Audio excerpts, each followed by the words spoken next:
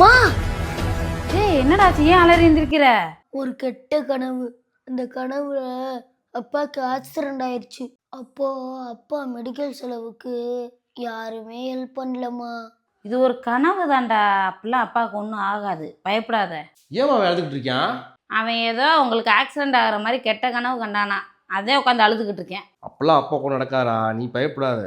அப்படியே நடந்தாலும் அன்எக்ஸ்பெக்டடாக நடந்தால் தான் உண்டு, புரியுதா? நீங்களும் ஏன் இப்படி அவசகுணமாக பேசிகிட்டு இருக்கீங்க? அப்போல்லாம் உங்களுக்கு ஒன்றும் ஆகாது. அப்படி ஒன்று நடக்காதுமா, நம்ம கடவுளை நம்புவோம்.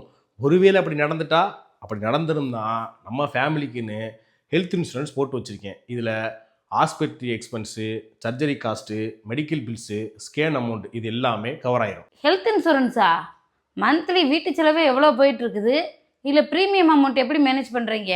ப்ரீமியம் அமௌண்ட் கம்மி தான்மா. மந்த்லி 400லேருந்து 500க்குள்ளே தான் வரும். ஆனால் நம்மளுக்கு மெடிக்கல் பில்ஸ் லேக்ஸில் வந்தாலும் குரோர் வரைக்கும் கவர் இருக்குது. இப்போ ஜிஎஸ்டி 18% ரிமூவ் பண்ணிட்டதால முன்னாடி சேம் ப்ரீமியமில் 10 lakhs வரைக்கும் கிடைச்சது, இப்போ 20 lakhs வரைக்கும் கவர் கிடைக்கும். ஏங்க, ஆல்ரெடி இல்னஸ் இருந்தால் அப்பயும் கவரேஜ் இருக்கா?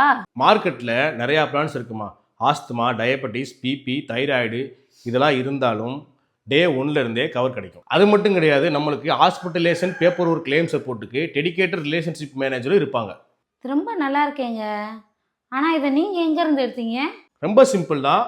பயோ லிங்க் இருக்குது, கிளிக் பண்ணி ட்ரஸ்டட் பார்ட்னரை கம்பேர் பண்ணுங்கள். பெஸ்ட்டு ஆன்லைன் பிளானை சூஸ் பண்ணுங்கள். 25% வரைக்கும் டிஸ்கவுண்ட் இருக்குது. ஸோ இப்போவே போய் கிளிக் பண்ணி செக் பண்ணி பாருங்கள்.